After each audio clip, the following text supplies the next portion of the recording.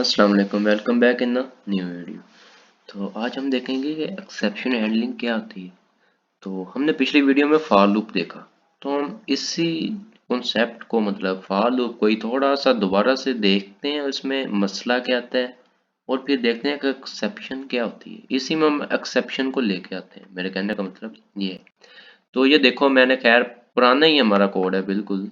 इसमें हमने क्या किया था, एक अरे हमने डिक्लेयर करवाई इन टाइप की जिसकी लेंथ 4 है, और हम सिंपल स्कैनर का ऑब्जेक्ट बनाया, फॉर लूप लगाया जो कि 0 से लेकर 3 तक चलेगा। 4 के ऊपर जब वो जाएगा तो अपनी कंडीशन फॉल्स हो जाएगी और हमारी वैल्यूज आ रही हैं, ठीक है, अरे के अंदर। तो खैर 4 वैल्यूज आएंगी, मैं डाल देता हूँ।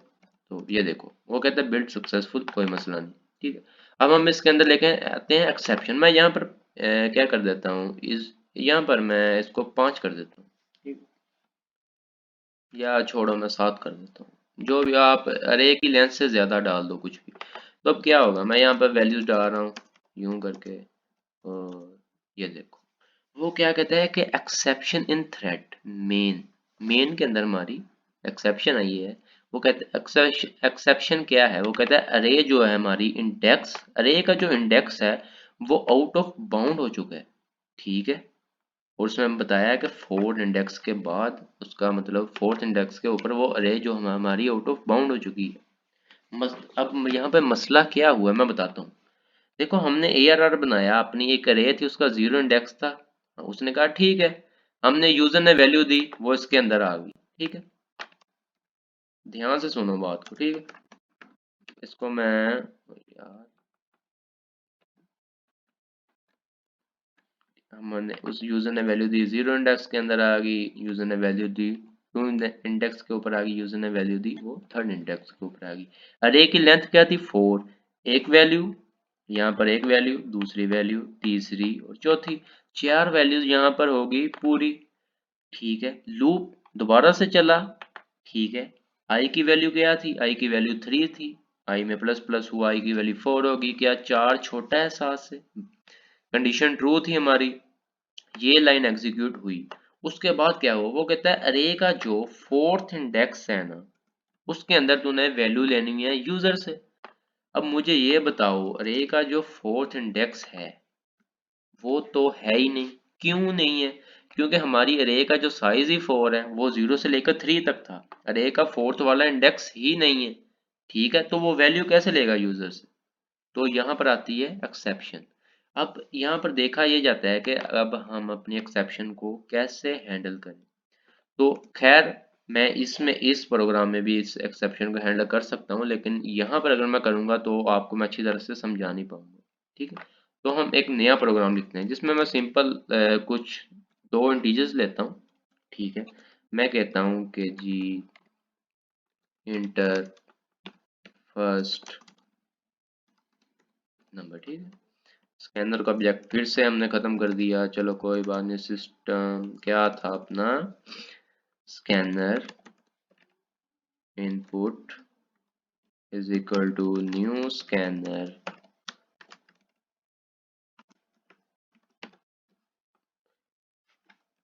Dot in. इसको बार बार जब आप लिखोगे ना तो आपकी प्रैक्टिस हो जाएगी, ठीक है। तो स्कैनर का ऑब्जेक्ट हम लेके जाते हैं ऊपर, ताकि ये हमें कंफ्यूज ना करे। नीचे आते हैं, 2 वेरिएबल डिक्लेयर किए, एक मैसेज प्रिंट करवाया। हम लिखते हैं यहाँ पर a is equal to input dot next. जब आप लिखोगे ना तो सारी चीजें वो शो करवा देता है, लेकिन यहाँ पर एक छोटा सा मसला है कोई भी आईडी मतलब जावा का।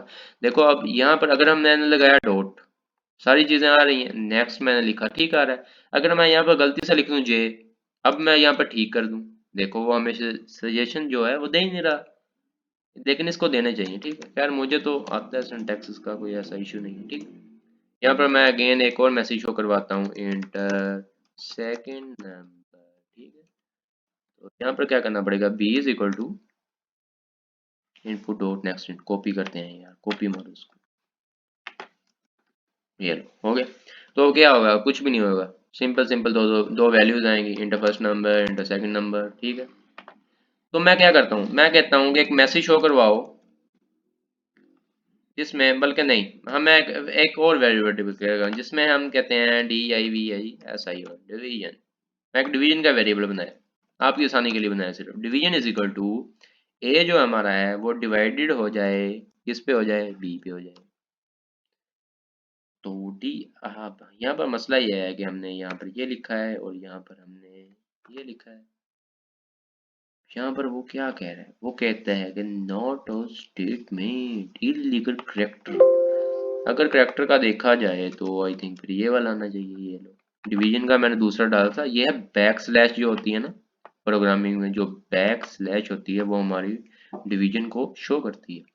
तो क्या होगा, यूजर वैल्यू इंटर करेगा, पहली उसका मैसेज शो हो जाएगा, वैल्यू इंटर करेगा, ए में आ जाएगी, दूसरी वैल्यू बी में आ जाएगी, दोनों को डिवाइड करेंगे, आंसर डिवीजन में आ जाएगा। और मैं यहाँ पर सॉर्ट करवा दूंगा डिवीजन को, जो हमने कॉपी किया था वही पेस्ट कर दिया। चलो करते हैं, मैं लिखता हूँ 6 2, आंसर क्या आया 3, जो कि बिल्कुल ठीक आया आंसर। मैं यहाँ पर इसके साथ एक स्ट्रिंग लिखवा देता हूँ, आंसर ये ठीक है। इसको आप क्यों करो, यहाँ पर स्टाइलिश बनाते हैं, स्टाइलिश थोड़ा ठीक। तो खैर ये प्रिंट हो जाएगा उसके साथ। तो दोबारा से चलते हैं एक दफ़ा, मैं यहाँ पर लिखता हूँ कि 3 डिवाइडेड बाय 6, आंसर ये हमारा आंसर आया 0, जो कि 0 ही आना था ठीक है। तो आप इसको कैलकुलेटर के ऊपर करोगे आंसर पॉइंट्स में आएगा, 0 पॉइंट समथिंग आएगा। वो 0 क्यों आया, क्योंकि हमने ये जो वेरिएबल लिए हैं इंट में फ्लोट में नहीं, ठीक है, इसलिए आया। यार जो चीज़ मैंने दिखानी है वो असल ये है कि मैंने फर्स्ट नंबर एंटर किया 6, अगला मैंने किया 0। यहाँ पर क्या आ गया, यहाँ पर तो हमारे पास एक्सेप्शन आ गई, हमारे पास आंसर जो है हमारा शो ही नहीं हुआ। अब आप कहोगे जी बिल्कुल आंसर क्यों शो हो, आप किसी भी नंबर को 0 से डिवाइड कर ही नहीं सकते, ये मैथ का रूल है। तो यहाँ पर एक्सेप्शन क्या आई है, वो कहता है कि अर्थमेटिक एक्सेप्शन है कि आप किसी भी चीज़ को 0 से डिवाइड नहीं कर सकते। सही है। अब आप लोग बोलोगे तो एक्सेप्शन आना अच्छी बात है, एक्सेप्शन आनी चाहिए, हमें पता चल जाता है कि क्या क्या मसला है ठीक है। लेकिन नहीं, हर जगह के ऊपर एक्सेप्शन आना अच्छा नहीं है। क्यों नहीं है मैं बताता हूँ। यहाँ पे मैं लिखता हूँ आउट माई नेम इज कुछ भी माई नेम इज कुछ भी ठीक है। यहाँ पर हम ये प्रिंट कराएंगे, ये वाला, लेकिन वो प्रिंट ही नहीं हुआ अफसोस, चलो कोई बात नहीं। अच्छा अब हम दोबारा से रन करते हैं इसे, मैं बताता हूँ। तहम्मुल से सुनो बस बातों को। मैंने क्या लिखा 6 डिवाइडेड बाय 0, एक्सेप्शन आ गई। अब हुआ क्या, इसको मैं जरा छोटा करूं, छोटा हो जा, इसको भी छोटा करता हूँ। ये देखो अब हुआ क्या है, पहला नंबर एंटर हुआ, दूसरा नंबर एंटर हुआ, डिवाइड जब ये हुए ना at the time of division, जब उसने देखा कि ए को बी के ऊपर डिवाइड किया जा रहा है, उसने लाइन नंबर 16 के ऊपर हमें एक्सेप्शन दे दी। जब उसने यहाँ पर एक्सेप्शन दे दी ना, तो आपको कुछ लग रहा है, ना तो हमारी ये वाली लाइन एग्जीक्यूट हुई, ना तो हमारी ये वाली लाइन एग्जीक्यूट हुई। इसको मैं थोड़ा, इसको मैं नीचे रहने देता हूँ ठीक है। इसको मैं लिखता हूँ लाइंस आफ्टर ठीक है डिवीजन ठीक है।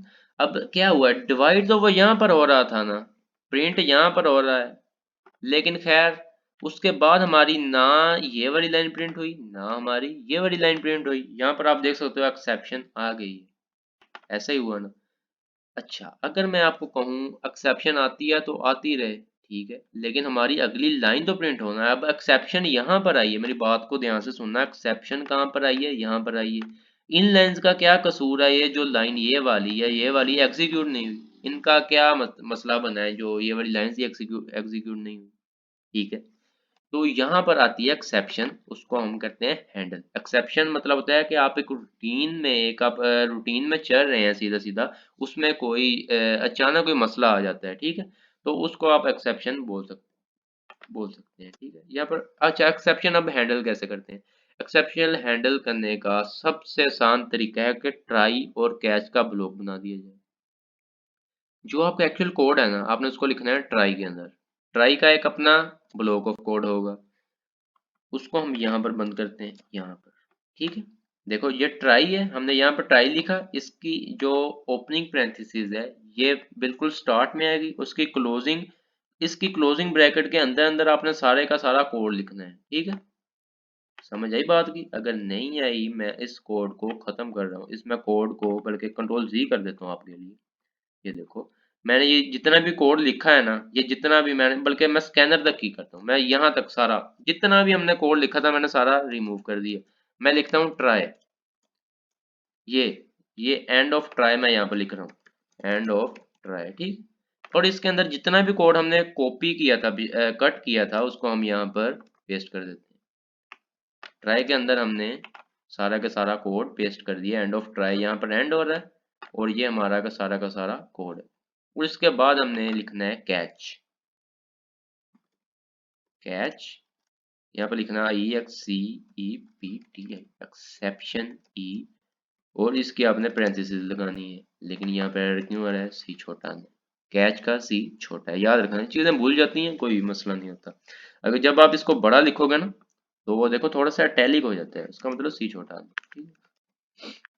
तो यहाँ पर हमने क्या लिखा, हमने एक ट्राई के अंदर वो लिख दिया, कैच को आप खाली छोड़ दो, यहाँ पर हम खाली छोड़ देते हैं इसको, ठीक है। मैं लिखता हूँ नॉथिंग। चलो अब रन करते हैं, अब हम देखते हैं कि क्या क्या बनता है। ये देखो 6 एंटर 0, क्या हुआ है? उसने क्या किया, उसने ये किया कि हमने अपना फर्स्ट नंबर एंटर किया और सेकंड नंबर एंटर किया। एंटर करने के बाद अब उसने कोई भी एक्सेप्शन हमें नहीं दी, ऐसा ही है ना, उसने हमें कोई भी एक्सेप्शन नहीं दी। देखो वो कहता है बिल्ड सक्सेसफुल हो चुका है हमारा, कोई मसला नहीं है, ठीक है। अगर हम यहाँ पर लिख दें, यहाँ पर मैं लिख देता हूँ साउट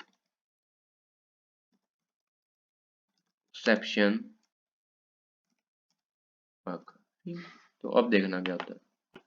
अब जब एक्सेप्शन आएगी, ठीक है, यहाँ पर हमें 6 0, वो कहता है एक्सेप्शन अगर, जब भी एक्सेप्शन आएगी ना, तो वो ट्राई से निकल जाएगा, ट्राई से निकल जाएगा और अपने कैच वाले ब्लॉक को एग्जीक्यूट कर देगा। तो खैर ट्राई और कैच लगाना आपने यहाँ पर देख लिया कि ट्राई और कैच लगाते हैं कैसे।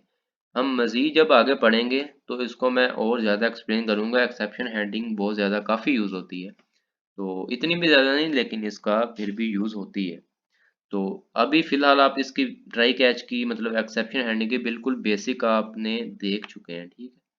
तो इसको और एक्सप्लेन करूँगा मैं आगे जाके। कुछ हम जैसे कि हमने पीछे पढ़ा, क्या कौन सा भला हमने पढ़ा था, हमने पढ़ा था अरेज, अरेज के अंदर हमने फॉर लूप को इम्प्लीमेंट किया ना दोबारा से।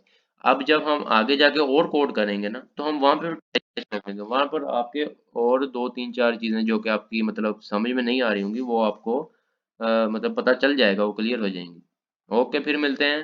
अल्लाह हाफिज़।